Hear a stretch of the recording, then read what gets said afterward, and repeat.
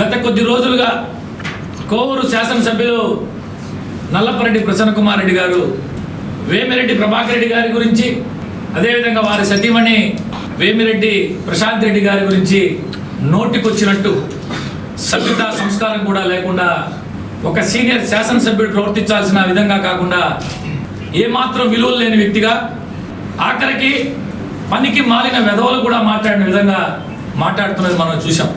అన్నా ప్రసన్న, హుందాతనమైన రాజకీయాలు చేస్తే మేము కూడా హుందాతనమైన రాజకీయాలు చేస్తాం. అలా కాదు, నేను ఈ విధంగా వ్యక్తిగత దూషణలు నా నోటికి ఎంతకు వచ్చినట్టు అంత మాట్లాడతానంటే మేము చాలా మాట్లాడాల్సి వస్తుంది. తట్టుకోలేవు, నువ్వు తట్టుకోలేవు. కొండపల్లి గురువయ్య దగ్గర నుంచి మాట్లాడడం మొదలు పెడితే తట్టుకోలేవు అనుకుంటున్నావా? నువ్వు నా ఒక్కడికే నోరుంది, నేను ఒక్కడే మాట్లాడతాను అనుకుంటున్నావా? నువ్వు నీకంటే పెద్ద నోరుంది, నీకంటే నీచంగా మాట్లాడగలుగుతాం, నీకంటే దారుణంగా మాట్లాడగలుగుతాం, నీకంటే అసహ్యంగా మాట్లాడగలుగుతాం. బహుశా నీకు తెలుసు అనుకుంటా మా గురించి. గత అనేక సంవత్సరాలు కలిసి ప్రయాణం చేశాం, ఒక పార్టీలో పనిచేశాం. గౌరవం ఉండాలని చెప్పి మేము హుందాతనమైన రాజకీయాలు చేస్తూ ఉంటే ఓడిపోతామనే భయం పట్టుకొని నీ నోటికి వచ్చినట్టు మాట్లాడతావా? మాట్లాడే ముందు ఇంగిత జ్ఞానం ఉండవల్లే.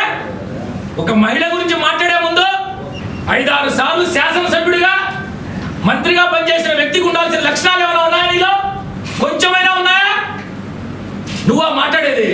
నిన్న మొన్నటి దాకా వాళ్ళ ఇంటికాడికి వచ్చి వాళ్ళ కాళ్ళ ముందు సాష్టాంగ నమస్కారాలు చేసి అన్నా ప్రభాకర్న, అక్కా ప్రశాంత్ అక్క, అన్నా ప్రభాకర్న, అక్కా ప్రశాంత్ అక్క అని వాళ్ళ ఇంటి చుట్టూ తిరిగేవే. ఏమైపోయింది ఆ రోజు అంటున్నా, ఏమైపోయింది ఆ రోజు అంటున్నా. ఇప్పుడు మాట్లాడే ఎంత ఈ రోజు కనబడిందా నీకు? ఈ రోజు కనబడిందా? నోటికి ఎంత వచ్చినట్టు అంత మాట్లాడతాం అనుకుంటే గుర్తు తెచ్చుకో ఒక్కసారి. గతంలో ఒక చిన్న ఉదాహరణ చెప్పి చాలించుకుంటా. నీది మీ కులదైవం కోటమ్మ గుళ్ళో నాకు అన్నదమ్ములు లేరు, వాళ్ళకి ఇక్కడే పిండ ప్రదానం వదిలేస్తున్నాను, నాకు అన్నదమ్ములు ఎవరు లేరు అని చెప్పి కోటమ్మ సాక్షిగా పిండ ప్రదానం వదిలేస్తున్నా అని చెప్పి మాట్లాడి నువ్వు మళ్ళా నీ అవసరాల కోసం వాళ్ళందరినీ కాళ్ళ బేరాన్ని పడిన వ్యక్తి నువ్వు. నీ సొంత తమ్ముడు నీ గురించి ఇటీవలే ఎన్నో రోజుల కాల నల్లపరెడ్డి రాజేంద్రనాథ్ రెడ్డి అన్న నీ గురించి ఎట్ట మాట్లాడు. అటువంటి మహోన్నత వ్యక్తి నల్లపరెడ్డి శ్రీనివాసరెడ్డి కడుపున ఏ విధంగా పుట్టావో మాకైతే అర్థం కావట్లా. నీకొక్కడికే ఉందనుకుంటున్నావే ఉన్నారు, నీకొక్కడికే ఉందనుకుంటున్నావే ఉన్నారు.